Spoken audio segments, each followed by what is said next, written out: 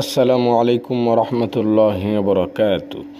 দিনদার ইমানদার পরহেজগার মুত্তাকি মুমিন মুসলমান ভাই ও বোনেরা, আজকে আলোচনা করব সকল রোগের চিকিৎসা যে দোয়াটি, সে দোয়াটি সম্পর্কে কোরআন হাদিসের আলোকে সামান্য কিছু কথা বলার চেষ্টা করব ইনশাআল্লাহ।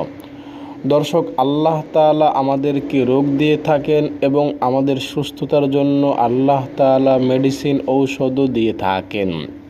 আল্লাহ তাআলা প্রতিটি রোগের ঔষধ রেখেছেন।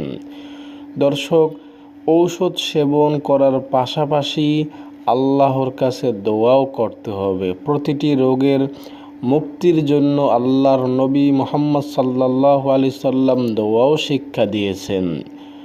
তো দর্শক, কিছু কিছু দোয়া এমন রয়েছে যে দোয়াগুলো পাঠ করলে আপনার রোগ দূর হবেই হবে ইনশাআল্লাহ। তো দর্শক, সে সমস্ত দোয়ার মধ্য থেকে আজকে একটা দোয়া উল্লেখ করব। এই দোয়াটি যদি আপনি পাঠ করেন ইনশাআল্লাহ আপনার ছোট বড় সব রোগ দূর হয়ে যাবে। দর্শক, আল্লাহ মানুষকে যেমন সুস্থ রাখে তেমন রোগ বালাইও দেয়।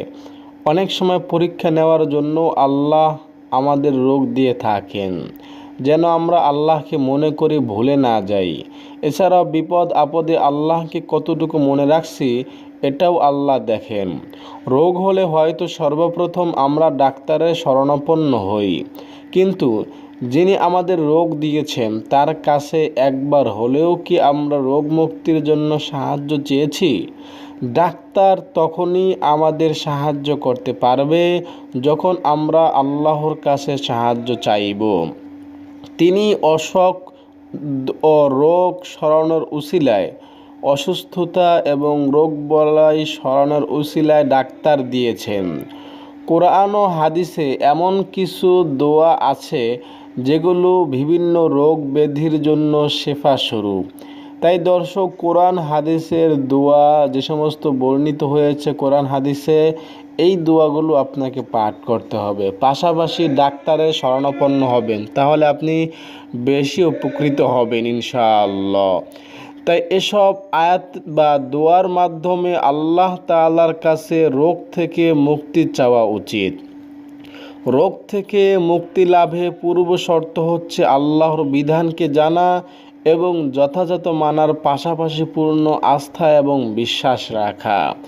তো দর্শক, ঔষধ আপনি সেবন করবেন, ঔষধ আপনি ডাক্তারের কাছে যাবেন এবং সেই সাথে এই দোয়াটিও পাঠ করবেন।